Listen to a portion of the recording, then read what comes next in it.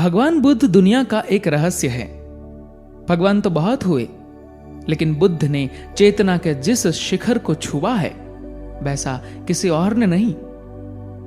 बुद्ध का पूरा जीवन सत्य की खोज और निर्वाण को पा लेने में ही लग गया। उन्होंने मानव मनोविज्ञान और दुख के हर पहलू पर कहा और उसके समाधान बताए।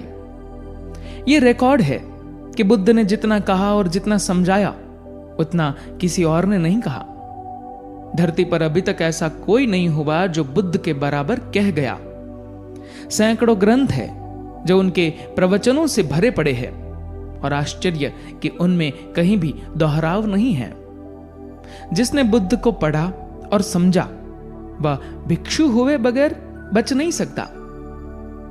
बुद्ध का रास्ता दुख से निजात पाकर निर्वाण अर्थात शाश्वत आनंद में स्थित हो जाने का रास्ता है।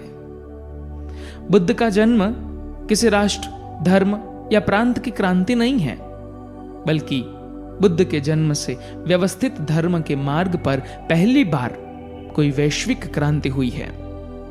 बुद्ध से पहले धर्म, योग और ध्यान सिर्फ दार्शनिकों का विरोधाभाषिक विज्ञान ही था। काशी या कांची में बैठकर लोग माथा फोड़ी करते रहते थे। पश्चिम के बुद्धिजीवी और वैज्ञानिक बुद्ध और योग को पिछले कुछ वर्षों से बहुत ही गंभीरता से ले रहे हैं। चीन, जापान, श्रीलंका और भारत सहित दुनिया के अनेकों बौद्ध राष्ट्रों के बौद्ध मठों में पश्चिमी जगत की तादाद बड़ी है। सभी अब यह जानने लगे हैं कि पश्चिमी धर्मों में जो बातें हैं वे बौद्ध धर्मों से ही ली गई है, क्योंकि बौद्ध धर्म ईसा मसीह से 500 साल पूर्व पूरे विश्व में फैल चुका था। उन मुल्कों के मस्तिष्क में शांति, बुद्धि और जागरूकता नहीं है जिन्होंने बुद्ध को अपने मुल्क से खदेड़ दिया है। भविष्य में भी कभी नहीं रहेगी। शांति, बुद्धि और जागरूकता के बगैर विश्व का कोई भविष्य नहीं है। इसीलिए विद्वानों द्वारा कहा जाता रहा है कि बुद्ध ही है दुनिया का भविष्य, वही है अंतिम दार्शनिक सत्य। ऐस धम्मो सनातनो अर्थात यही है सनातन धर्म।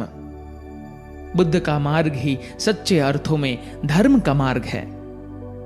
दोनों तरह की अतियों से अलग, एकदम स्पष्ट और साफ। जिन्होंने इसे नहीं जाना उन्होंने कुछ नहीं जाना। बुद्ध को महात्मा या स्वामी कहने वाले उन्हें कतई नहीं जानते। बुद्ध सिर्फ बुद्ध जैसे हैं। हिंदू और बौद्ध दोनों ही धर्मों के लिए बुद्ध का होना अर्थात धर्म का होना है। बुद्ध इस भारत की आत्मा है। बुद्ध को जानने से भारत भी जाना हुआ माना जाएगा।